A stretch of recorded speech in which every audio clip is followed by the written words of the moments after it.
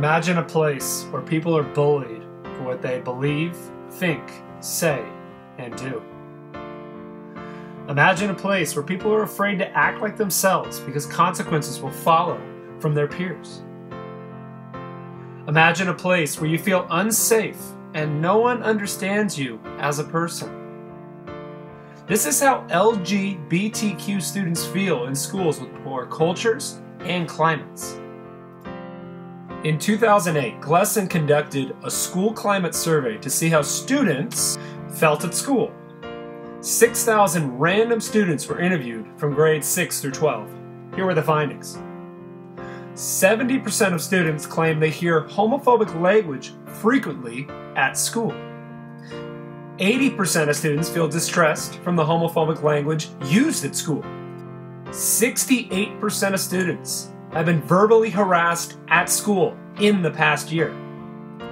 And perhaps the most shocking statistic, 38.6% of students said teachers never intervened when they heard homophobic language in the classroom. As a result of the teacher's non-reaction, 60% of students harassed indicated that they never reported it, simply for the fact that they believed administration would never do anything about it. You wonder why LGBTQ students feel hopeless at school. They feel like they're on an island. The people that they depend on, the teachers, administrators, and staff, are not responding to their needs and are not treating them fairly in the classroom. In 2008, MYRBS conducted a survey on 3,000 random high school students from different high schools across the Massachusetts area. The research concluded some shocking statistics about LGBTQ students versus their heterosexual counterparts. For instance, did you know that LGBTQ students are more than 3 times more likely to skip school because they feel unsafe? Or did you realize that LGBTQ students are almost 5 times more likely to commit suicide compared to their heterosexual counterparts? Or how about the fact that LGBTQ students are more than 4 times more likely to have been threatened or injured with a weapon at school? The evidence is clear that LGBTQ students are at a disadvantage at school. So what can we do as educators to help them?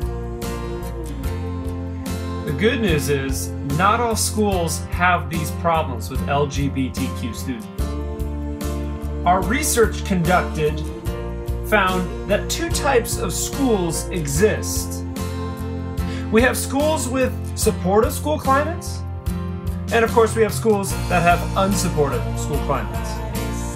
Now, if a school has a supportive school climate for LGBTQ students, they have the following things. Number 1, they have an informed and caring staff. 2, support groups, such as the Gay Straight Alliance.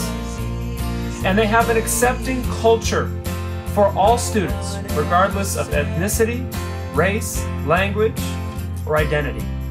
LGBTQ students from supportive school climates have higher attendance rates, less physical and verbal harassment, higher grades, less depression, fewer suicidal tendencies, less substance abuse, and of course more inclusion in school. Supportive schools are the only way that we can actually have fair and equal educational rights for LGBTQ students. Remember, at the end of the day, it's all about ABA. Awareness breeds acceptance. It is our job as educators to pass this information along so that all LGBTQ kids have an equal opportunity to learn in the classroom.